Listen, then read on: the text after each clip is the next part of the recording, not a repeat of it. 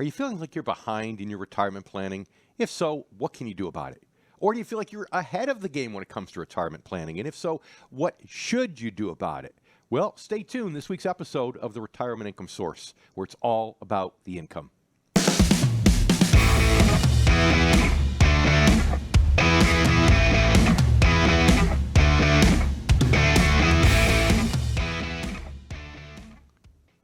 And welcome to this week's episode of the Retirement Income Source, where it's all about the income. I'm David Scranton. Here's my good friend and co-host, Sarah Samuels. And today, we're helping you determine whether or not you are ahead or behind on retirement, and in each scenario, what you could or should be doing about it. So we've got a great show in store here, Sarah. But first and foremost, how did you fare this crazy Noah's Ark situation this past week down here in Fort Lauderdale? Oh, Dave, well, we barely made it through, luckily. And for our listeners and our YouTube viewers out there that aren't sure what we're talking about, Fort Lauderdale. I think they probably heard about it on the news. I'm sure they did. It was a national news story because Sure. the flooding was historic down here. And I'm sure people saw the airport pictures. Our airport was underwater. We're still dealing with the aftermath, actually. A lot of gas stations are out of gas. So it was rough, but luckily we were okay. And Dave, how did you fare? I dealt with it really well. You know why? Why? Well, because I was up in my Connecticut office all week. That's right. You For were Easter. in Connecticut. That's right. I was in Connecticut.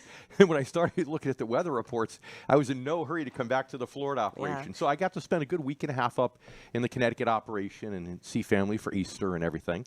Nice. And I waited for it to dry out before I came back down here. But, Yeah. you know, maybe that's one of the reasons why people, if their goals are to retire in Florida, maybe it's one of the reasons they should consider re-examining it. Yeah. Well, in fact, Dave, there's a new article out here that says the top 10 places to retire in Florida is actually not number one on the list. So maybe that has something to do with it, but we'll talk about that a little bit later in the show. Right now, Dave, I want to talk about this Fidelity survey that shows the majority of people surveyed, they're saying they are not ready for retirement. And that's really the reason why we decided to do this topic today, to make sure that you know what to do if you're not prepared and what you should do if you're actually ahead of the game here. Yeah. And, you know, it's first of all, it's hard to tell if you're ahead or behind. That's the most important thing. And then, you know, what do you do in each case? And you might find that some of the things that you're tempted to do if you're ahead or behind might be counterintuitive, might be things that you don't want to do. But you certainly want to assess the situation and make sure that you have a feel for, hey, you know, am I winning the game? Am I losing the game? Do I need more points? You know, what do I need to do to get back to you know, where I want to be, because, you know, people are living longer and longer, right? There was recently in France, right, they extended the retirement age for their equivalent of Social Security and some of their pensions and so on from age 62 to 64. And there was a whole outcry. Right. You There's rioting. Right. There's all kinds of things going on in France, So right? I mean, call me crazy, but to me, you can put down the baguette, you can put down the croissant, you can work for 2 more years. It's not going to kill anybody.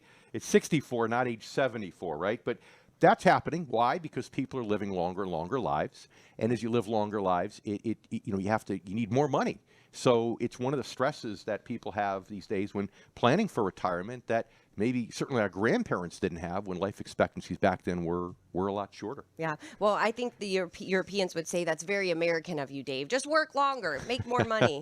Right. That's more of an American mindset. That's right. So, you know, if they don't do something about the Social Security situation, though, I hate to say it, we might see something similar here in the United States down the road. But yeah. So I just was ordering some smoked fish from a place. Apparently it was French. I didn't know it over the weekend. And in French, it's poisson fumé, smoked fish, poisson fumé. And of course, I didn't know that, so I just said, "Can I get some of those poison fumes?" And you know, the waiter was on the floor laughing. So I better stick to finance, not languages, right? All right. Well, we kind of talked about this a few minutes ago, the beginning of the show, about where you should retire and how do you figure out where you should retire. So this is great for our Ask Dave question. We actually have Ginny from California, and she says, "How do I determine where to live in retirement?" Oh, okay. Pretty good question. Well, you know, a lot of things. I mean, it depends. If you're ahead of your retirement goals, then maybe, Jenny, you could, is it Ginny or Jenny? Ginny. Ginny, okay. So you can actually, you know, maybe have a little more luxury as to where you retire. And you could say, gee, I want to retire in Florida, or I want to retire in the mountains, or maybe I want to have 2 places if you're ahead of your goals, right? And you could do the snowbird thing. But if you're behind your goals, then it might be more about expenses and cost of living. In fact, Jenny, stay tuned. I want to tell you a couple stories later in this segment that that I've firsthand that I've heard that from clients and others that have really helped them stretch their retirement dollars by focusing on the cost effectiveness of living in a certain area. Well, Jenny, thank you so much for sending in your Ask Dave question. And if any of our listeners or YouTube viewers out there have a question you want Dave to answer, just send us an email at askdave@retirementincomesource, SOURCE.com. And we appreciate you spending your weekend here on the Retirement Income Source, where it's all about the income. I'm Sarah Samuels here with Dave Scranton, and today we're talking about how to know if you're ahead or if you're behind in retirement and what to do in either scenario. So, right. Dave, we were just talking about the Ask Dave of Florida. We were talking about how Florida's not number one anymore for retirement places. Can you guess what the number one spot is to retire, the number one state? Number one, let me guess. Let's say North Dakota. You know what, Dave? North Dakota is actually on this list. It Come is on, number really? 10. Is it really? Okay, Correct, all yes. right. Virginia is actually the number one place to retire according Okay. to this latest survey. All right, there you go. Well, it's. I know for me, it's not France because obviously, if I'm ordering poison fumes, I'll starve to death if I try to retire in France. But yeah, and I think the Virginia move could be in part just the beauty of the mountains. It could be in part maybe some parts being closer to D.C. So people who want culture, or it could just be, the cost of living. Recently, I know somebody who retired and took over a year to figure out really where he wanted to live, and he thought it was Florida, and then he thought it might be the Northeast, and he really traveled around, and he settled on, the mountains in the Carolinas. And part of it was because a more balanced climate, so that it wasn't terrible in the winter in terms of snow, but in the summertime was a little cooler. And the cost of living, So for Jenny, it's that might be a decision, something that factors into the decision is saying, hey, if I don't want to spend a lot of money in retirement just on housing and on basic expenses, but I want my money to go further so I could do more fun things, then you have to take that into account. Yeah. Well, the number one reason, or some of the big reasons why Virginia was ranked number one, it ranked 16th for affordability, 11th for both quality of life and healthcare, whereas Florida came in 9th in affordability and 4th in quality of life. But it was actually 28th place for healthcare. So where was Florida overall? Florida was number two overall. Number two overall, okay. Yep. So number two, and it's got, weather, palm trees, all that kind of stuff. For many, they prefer the politics down here. Some hate it, but that's up to you. So, the point is, it's a very individualized decision as to what you want to do. So I was just at Easter Sunday with a distant family member who lived in Long Island, New York, and went from a property tax bill of $15,000 to moving down to the Carolinas, and there go the Carolinas again, right? In a much bigger, newer home, and his property taxes went down from $15,000 to $1,500. And now he's got a boat on the lake, and he's living an incredible life, and he never could have lived that lifestyle had he stayed in New York. So it's nice that he has family up here, but he figured, hey, I could fly back here 4 or 5 times a year, and still a lot cheaper than trying to live here. So it's a big difference. Yeah. Well, sadly, Dave, New York and Connecticut, your home state, neither of these are on the top 10 places to retire, probably for those reasons. Oh, and for income taxes, too. Income taxes, that's the other thing, That's a big problem. So after the break, I want to find out more about, what we have there and what we can, some other states that might be on that list. You mentioned North Dakota, so that intrigues me. But when we come back, we're also going to be covering, what to do if you are feeling like you're behind on your retirement goals. I'm Sarah Samuels here with Dave Scranton, and you're listening to the Retirement Income Source, where it's all about the income. Welcome back to the Retirement Income Source, where it's all about the income. I'm Sarah Samuels here with the host Dave Scranton, and today we're talking about retirement and how to know if you're ahead or behind in retirement, and really what your strategy should be if either is the case for you. So, but Dave, just a few minutes ago, we were talking about this list of where people should retire.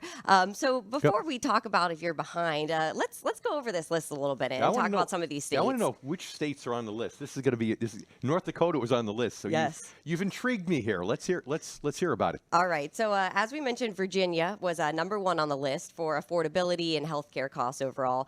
Florida was number 2. Because you could drive your boat down the street in Florida, right? That's right. You could, or kayak, paddleboard, whatever you choose, right? That's good. If you were here during the flooding, that's right. All right. So Colorado is number 3. That makes sense. Okay. It's a nice place, Colorado. Yep. Wyoming, number 4. Very Okay. nice. Delaware, number 5. Mm-hmm. Then we've got New Hampshire coming in number 6. South Dakota in number 7. Minnesota in number 8. Idaho in number 9. And North Dakota in number 10. Interesting. So I think some of the things are about taxes, of course. Right. Affordability, healthcare. You don't cost see of living. California, Illinois, No. Connecticut, Massachusetts. You don't see New York, right? So part of it is certainly about taxes, but you see a lot of it's about lifestyle too.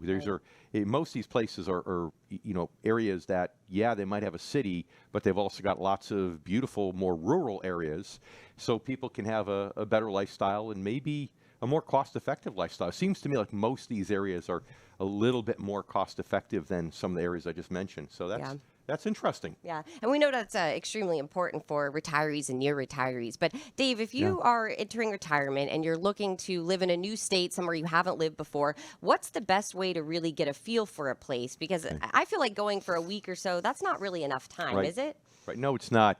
And, I'll tell you what, one of the things that, for example, this fellow Steve did that bought the place in the mountains in North Carolina after almost a year and a half. It was really a mission that started before his retirement and went in past his retirement, where they just rented for a while and they would travel and they'd go to different places. And I've said many times it's a great idea to go somewhere, spend a month, right? Just get acclimated. And with Airbnbs today and vacation rentals by owner and all that stuff, you can actually rent a place, rent it for a month, live somewhere, and get a feel for the area, and then see where you want to live. And also talk to people. When you're there, talk to people who are natives. Say, hey, what do you like about living here? What do you don't like about living here? Give me the good, the bad, and the ugly. So in other words, really think about it. Most people are stuck, Sarah. They feel like, oh, well, I have to retire where I am today. Or some people feel like I have to retire where my family is, maybe where my kids and grandchildren. And if that's an absolute priority, well, then maybe that's the case. But, the reality of it today is like the fellow who came from Long Island, right? Yeah. He's got family up in New York and Connecticut, but the airfare is not that expensive to come back a few times a year. And what he saves in property taxes has an increased lifestyle. Right? Cost effectiveness is much greater than what it costs to go back and see people. Yeah. And I think a lot of retirees, too, are looking at options like even using an RV. We saw a lot of that a couple years ago during the pandemic when you couldn't really travel anywhere. People were nervous about sharing public space with people. And an RV could be a great option, too, to drive around. You can travel and see your friends and family. It could be a great option. And in these other places I mentioned, it also gives your children and grandchildren a great place to come visit. So they want to come see you because you've got the house on the lake in the Carolinas with the boat, or you've got the beautiful house in the mountains. And, so it works. You just think it through. Don't be robotic. Think it through and be intentional about where you want to retire. All right. Well, getting back on topic here with our what to do if you're behind in retirement, let's get into our Ask Dave question, because this is a great lead into it. So we have Carol. Carol's from Wyoming, which was actually on that list, number 4 for best places to retire. That's right. But Carol says, I feel like I'm behind in planning for retirement, but my advisor says I need to take more risk. What should I do? Okay. Well, Carol, I never want to tell people to take more risk. Part of it has to do with your own personal risk tolerance. Can you sleep at night if you take more risk? And if you see your portfolio down 50%, that's part of it. But the other part of it really needs to be how far you are from retirement. So, Carol, if you're 15 years or more from retirement, or maybe even 10 years or more, taking a little more risk, if it's a smart risk to try to catch up, that's okay. Maybe that can work. But if you're within 15 years, especially within 10 years of retirement, you definitely do not want to do this, because one of the biggest myths, Carol and Sarah, is that, advisors say if you want to get more return on your investment, you need to take more risk. You take more risk, right? Everybody says that. Everybody's used to hearing that, and we've been brainwashed. But I want to talk a little bit, Sarah and Carol, about why that's not the case.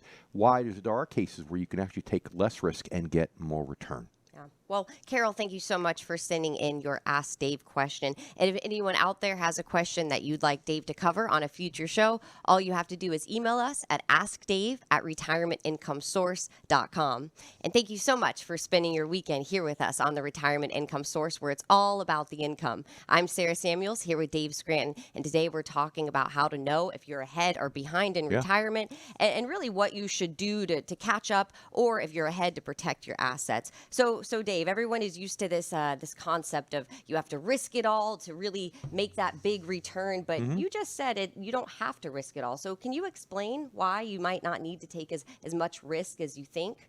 Sure.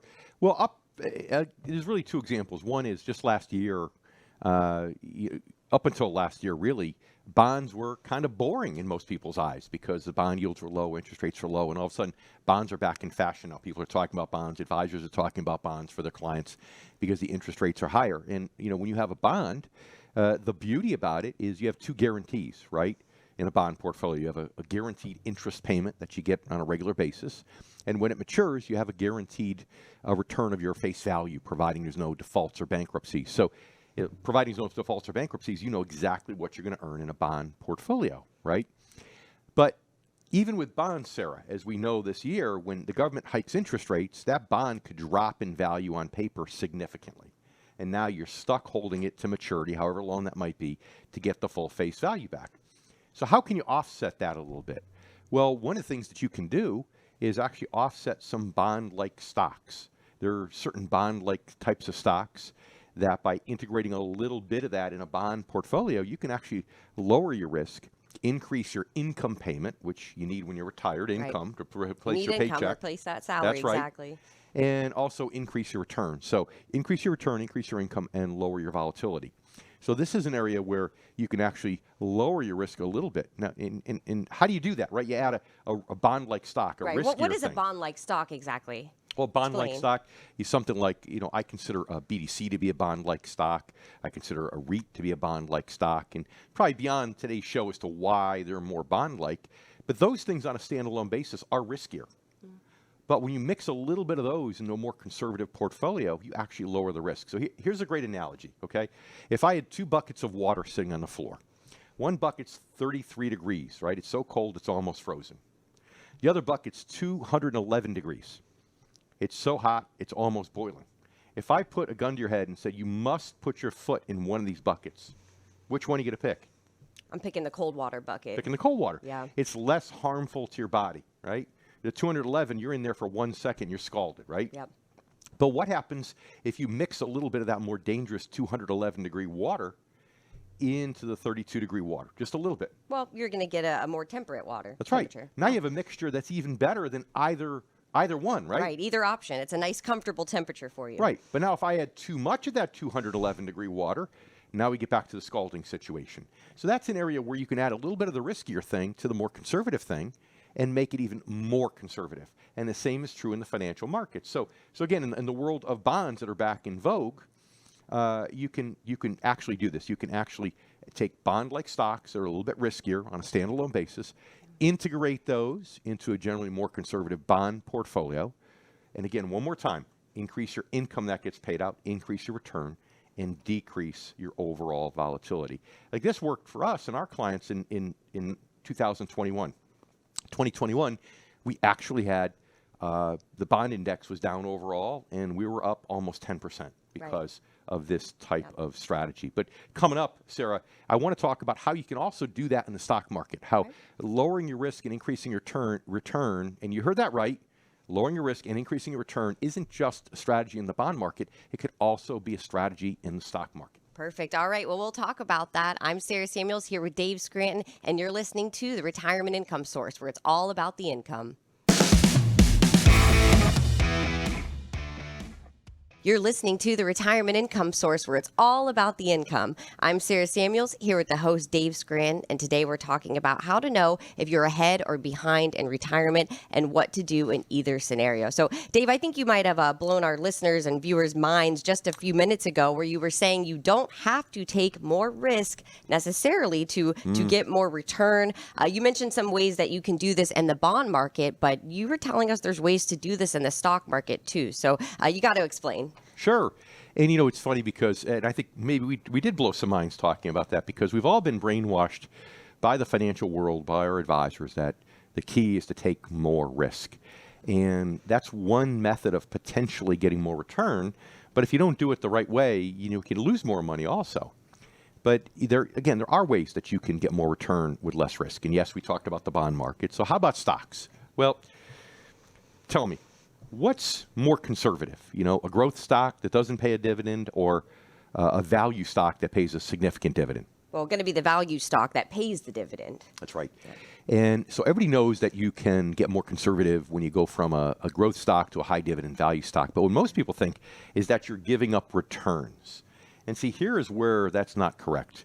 You go back in history and you look at how much of the returns of a stock portfolio came from dividends.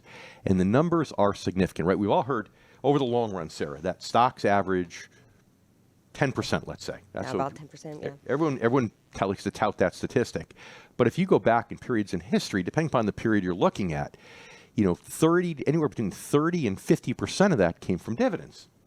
But you have to look and say, well, wait a minute.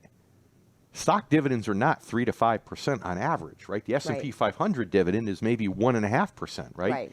So how is it that 3 to 5 of that 10% comes from dividends? It doesn't make sense, does it? Right. Yeah. How does that make sense, Dave? Explain the math. The reason is because when you're in just growth, you're buying, whether it's tech stocks or whatever, and that stock drops in value, which all stocks go up and down at times, right? They do, up and down. So when it goes down, there's nothing good. There's nothing good about it. As we pilots would say, no joy, right? You're down, not a smiley face, the frowning emoji, right, where you're sitting here going, I'm just waiting for it to come back. Meanwhile, I am underwater and drowning, right? But when you're getting dividends paid out, those dividends can get reinvested now to buy more shares. And they buy more shares at a lower price. So it's like dollar cost averaging, right? So it can actually be an opportunity. That's right, because, see, when people are young, dollar cost averaging has a great benefit because you're putting a lot of money away, hopefully, and you have a small balance. But as you get near retirement, your balance gets much, much bigger, hopefully. And as a result, you need to, what you're putting in is a smaller percentage of your balance each year. So therefore, you don't have as much dollar cost averaging. Dividends can accentuate that dollar cost averaging. So if markets go straight up, well, then growth stocks over time typically do outperform dividend stocks. But we know that markets never go straight up. Right. And the more dips there are along the way, that gives an advantage to that dividend value strategy. So I'm not saying dividends and value are going to beat growth. But what I am saying is that you have to get a higher return in growth over the long run to match the performance of a lower return with dividends. So literally, you might have to say, well, I need to get 8% in a growth portfolio to match 6% in a high dividend value strategy.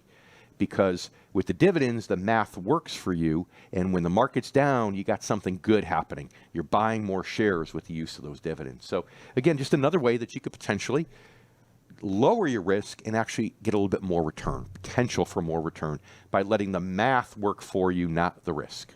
So, Dave, we were talking about earlier what to do if you're behind in retirement, Right. some ways to catch up. And of course, this mind-blowing concept of you don't have to take more risk to get more return. But what if you think you're in pretty good shape? Like our next Ask Dave question here from Robert in Kentucky. Robert says, I'm about 10 years out from retirement. I feel like I'm ahead of the game. How do I avoid blowing my lead here, Dave?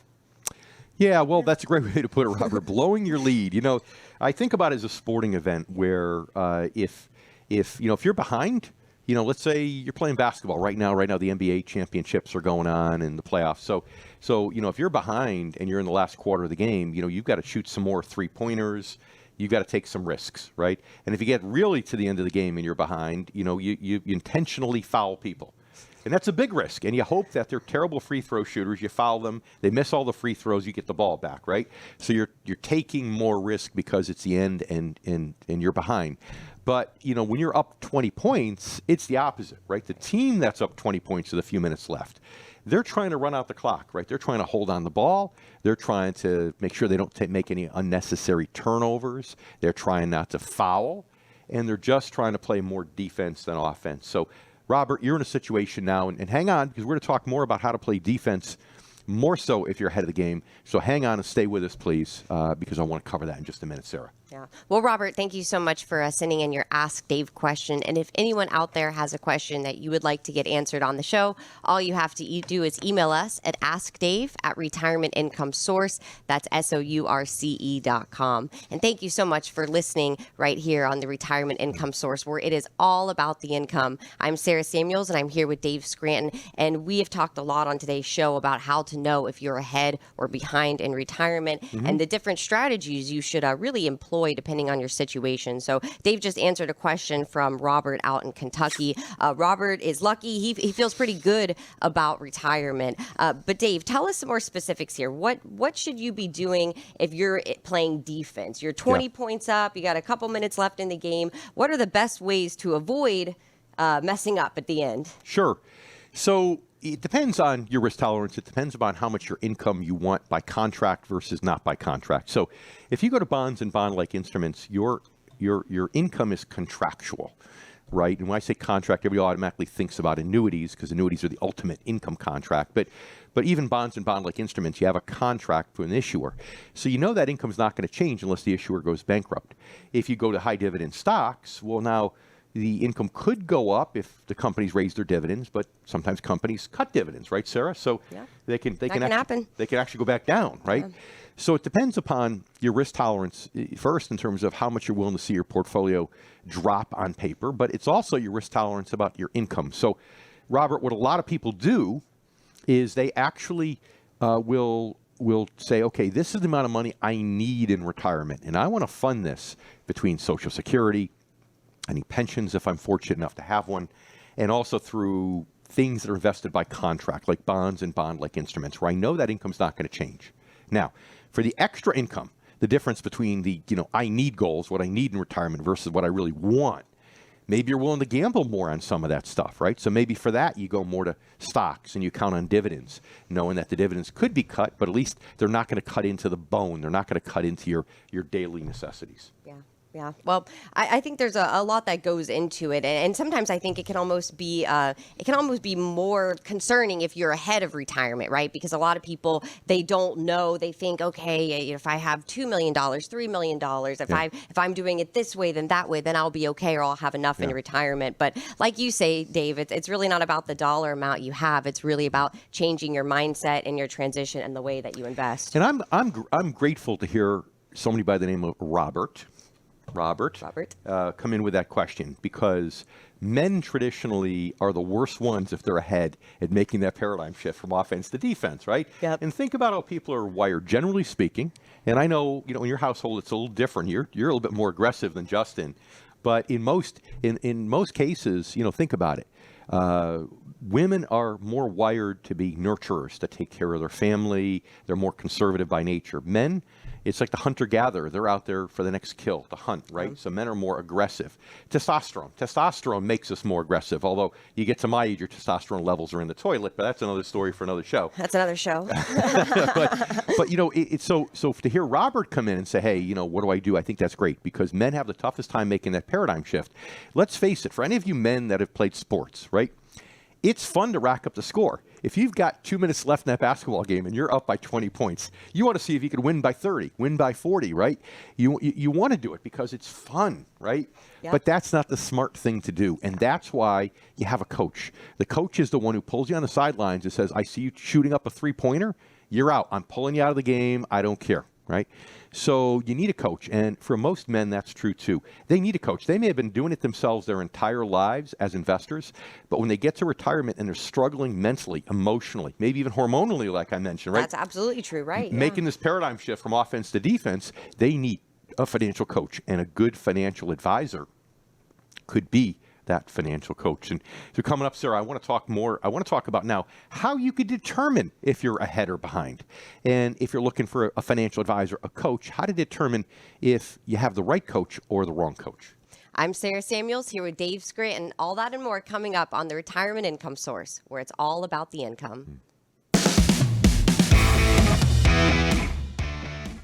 And welcome back to the Retirement Income Source, where it's all about the income. I'm David Scranton here with Sarah Samuels. And we've got a great show. We have a lot more left. We're talking about how to determine whether you're ahead or behind on retirement and what you can do in each of those two situations. And so far, we talked about what to do if you're behind and a little bit about what to do if you're ahead. But also, we talked about how that old paradigm, Sarah, of you have to take more risk to get more return isn't as true as most financial advisors would lead you to believe. Yeah. So Dave, why or how do people actually determine if they're ahead or if they're behind? Because it seems like that could almost be a subjective thing. Yeah. Well, it is. So, the first thing you want to do is sit, and I'm going to give you, we did a whole show on this, Sarah, right? So I'm going to try to make this quick and concise. But so the first thing you want to do is figure out how much income you need and how much income you want in retirement. So for the I need goals, what I like to do is take your current income and figure out which expenses are going to go away in retirement. So let's say you're making $80,000 right now, but you subtract my 401k payment, maybe some commuting expenses, maybe my FICA tax that gets withheld from my paycheck because I don't have to pay that when I'm retired. And now I get down to $60,000. Well, or maybe I'm putting some money in a credit union, $10,000 a year. So now it's $50,000, right? So now my I need goal for today's lifestyle is $50,000 by taking what I'm earning and subtracting all the expenses that are going to go away in retirement. But then I have to sit back and figure out what I want, right? And this is where you get to dream and think about your retirement and be intentional. What are all the things we want to do? Because, Sarah, those that live a happier, more fulfilled retirement are those that are not moving away from a job they hate or a boss they hate. Right. They're moving towards something pleasurable that's intentional. There are things they want to do they haven't had the time to do, and retirement is going to afford them that time, right? Yeah. So you don't want to just be retiring because you hate what you're doing and you're trying to run, because that will lead to a retirement oftentimes of boredom, loneliness, and despair, right? Nobody wants those things. Nobody wants that. You want to plan ahead, like you said, Dave, move towards something, have goals and ideas, and that's really where the I want comes in. That's right. I want to travel. I want to buy this boat or this new fancy car.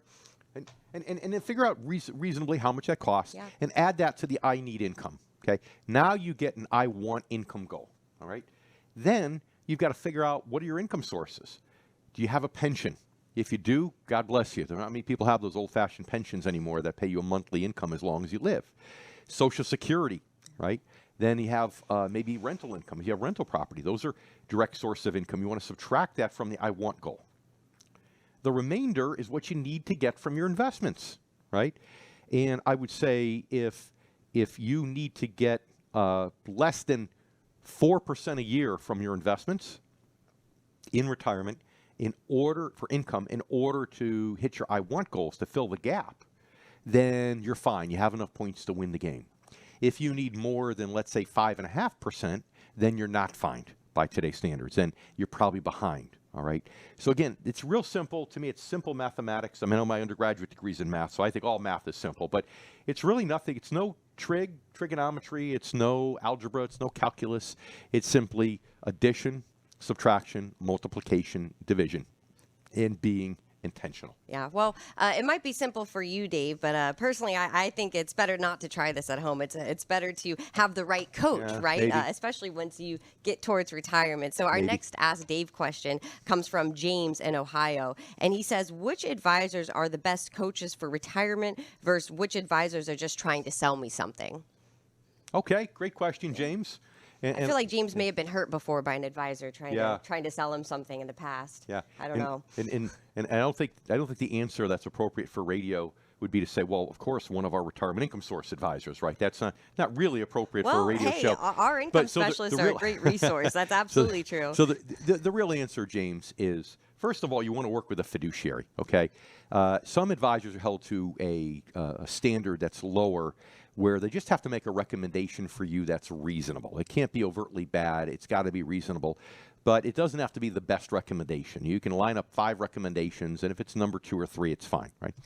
If you hire a fiduciary by definition has to do the best thing for you that they can. So the first step is work with a fiduciary. How do you know Well, if you're paying commissions, you're not working with a fiduciary. If you're paying a management fee, then you're working with a fiduciary, okay? But now all fiduciaries are not born equal also. So James, stick around because later on in the segment, we're going to talk more about how to dig deeper and how to look beyond just, okay, I checked the box, it's a fiduciary I'm working with, but how do I look beyond that and know that it's the right fiduciary for me? Yeah. James, thank you for sending in your question. And if anyone out there has a question you want Dave to answer, send us an email at askdave@retirementincomesource.com. And thank you for spending your weekend here with us on the Retirement Income Source, where it's all about the income. I'm Sarah Samuels, and I'm here with Dave Scranton, and we are talking about how to know if you're ahead or behind in retirement and what you should do in either case. And most importantly, having the right coach once you're in retirement to make sure your money will last you all throughout retirement. So, Dave, not all fiduciaries are created equal. Now, what do you mean? We understand the difference between the suitability standard, right, versus the fiduciary standard. Right. But how do you know it's the right fiduciary for you? Well, there's a couple of things you have to look at. First of all, what stage of life does that person specialize in, okay? Is it a pediatrician? Is it a primary care doctor? Or is it a gerontologist that focuses on older folks, right? Yeah. You want, essentially, and I know people retiring today in their 60s don't want to think of themselves as being older, right? The 60s is the new 50s or maybe the new 40s, who knows? But hey, when you're living to 90 or 100, then it's not too old anymore. In some ways, that's right. Yeah. That's right. And you're only as old as you feel, right? That's what they say. So part of it is but even then you want to be working with a gerontologist. You want to be working with somebody that focuses on not getting people into retirement, but taking people through retirement. And most financial advisors are sorely not equipped, okay? So for example, when I talk about lowering your risk in the bond market and increasing your yield and increasing your return, like we talked about earlier in the show, you have to have you have to understand the world of bonds and bond-like instruments. So first of all, if somebody's going to put you in bond mutual funds, that tells you right then and there they don't understand bonds, because bond mutual funds aren't bonds. There's two guarantees I talked about earlier in the show that attract retirees to bonds. They're off the table when you buy bond funds, because a bond fund is essentially a stock of a company that owns bonds. Right. It's basically a mutual fund. So if that advisor is going to have any bond funds or bond ETFs in your account, that tells you they're not a true income specialist. They're more of a specialist for somebody in their accumulation years when you're younger, where they're just putting some bonds in there because they don't want to have 100% of it in stocks. So they use bond funds. Okay. A lot of those people in the accumulation years don't really understand how to reduce the risk of a bond portfolio by integrating some bond-like stocks like the BDCs and the REITs. Okay? A lot of them, if you ask the question outright, are going to say, well, if you ask them, what's going to do better over the long run, a high dividend value stock or a growth stock? If they say growth stock, well, then it tells you that they're really not in the income game. They're in the accumulation game. So if you're more than 10 or 15 years out of retirement, maybe that's okay. If you're within 10 or 15 years of retirement or retired, then it's not okay. They're the pediatrician, and you don't want to work with a pediatrician. You want to work with somebody who's appropriate for that income stage. So great to ask them if they, number one, how much income they generate on their investments. Number two, if they use bond mutual funds at all. It's great to ask them, how do they lower risk in a bond portfolio and see if they understand the concept of bond-like stocks. And also, what earns more?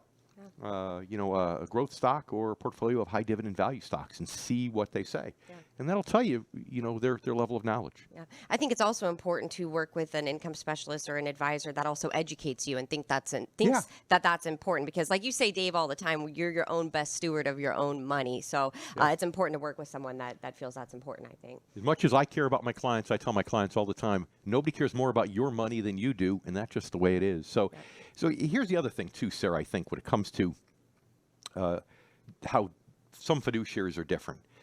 Some fiduciaries just ask you they give you a risk tolerance questionnaire, and they ask you questions about your risk. Maybe there's 15, 20, 30 questions, and how much of a loss you can stand to take. And the problem with that questionnaire is that it's really just to cover the rear. What they do is they take those answers, they put it into a computer program. The computer program pops out and says, okay, of the 5 or 7 portfolios that we offer, portfolio number 3 is right for you. But that's not a true fiduciary. That's somebody who is really selling 5 or 7 different portfolios and trying to figure out which portfolio to sell you. Right? I've got 5 different Chevrolets to sell you. Ask you some questions. Which Chevrolet makes the most sense? But Dave, I want a Toyota. you can only sell me Chevrolets, right? That's right, because they're selling, even though they legally are a fiduciary, they're still selling you one of their 5 or 7 portfolios. A true fiduciary gets to know you and customizes the portfolio based upon your I want goals, based upon your I need goals, and based upon your propensity for risk, and whether or not you're ahead or behind on your retirement goals. Yeah. Well, thank you to all of our listeners and our viewers out there spending your weekend with us. If you want to listen to the show again, or maybe even send it to your friends or family, all you have to do is go to retirementincomesourceradio.com for all of our past episodes. Yeah, and please send your friends and family. We'd love them to join us. We always love new listeners. But most importantly, thank you for being here with us today, and we hope you join us next week. I'm David Scranton here with Sarah Samuels, and this is the Retirement Income Source, where it truly is all about the income.